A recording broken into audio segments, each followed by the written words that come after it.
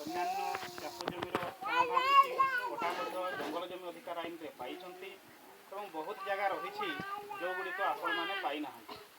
ତେଣୁ ସମସ୍ତଙ୍କୁ ଅନୁରୋଧ କରୁଛୁ, ନୂଆ ଭାବରେ ଆସିଥିବା ରେଞ୍ଜର ଏଇଟା ଆମକୁ ଜଣେଇକି ପଠାଇଛନ୍ତି ଯେ ସେହି ସବୁ କାର୍ଯ୍ୟ ଆମେ କରିବା। ଯଦି ଇନକ୍ରୁଜମେଣ୍ଟର ସମସ୍ୟା ରହିଛି ତାଙ୍କର ଲୋକମାନେ ଆମ ନିକଟକୁ ଆସନ୍ତୁ।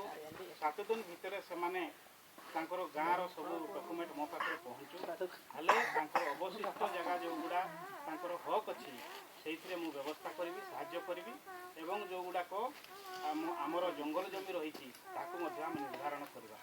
এই ଜିନିଷ ସିଏ ଆମକୁ କହିବା ପାଇଁ ପଠାଇଛନ୍ତି। ଆପଣମାନଙ୍କର ଅବଗତି ପାଇଁ ଆମେ ସମସ୍ତେ ଆସିଛୁ।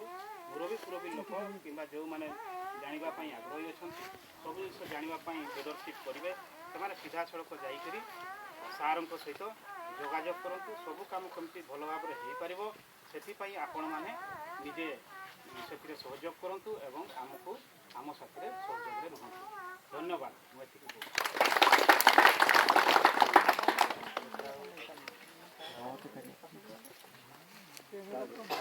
ଗ୍ରାମବାସୀ ପାଖରୁ ସବୁଆଡ଼େ ତ ବୁଲିଲୁ, ଇଏ ଆମର ଅଛନ୍ତି ବୋଧେ ସମସ୍ତେ ପ୍ରେସିଡେଣ୍ଟ ଆଉ ଇଏ ସମସ୍ତେ ଅଛନ୍ତି।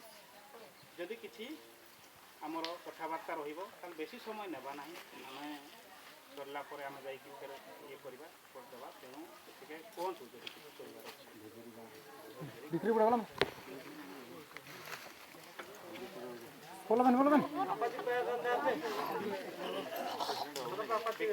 ବିକ୍ରମ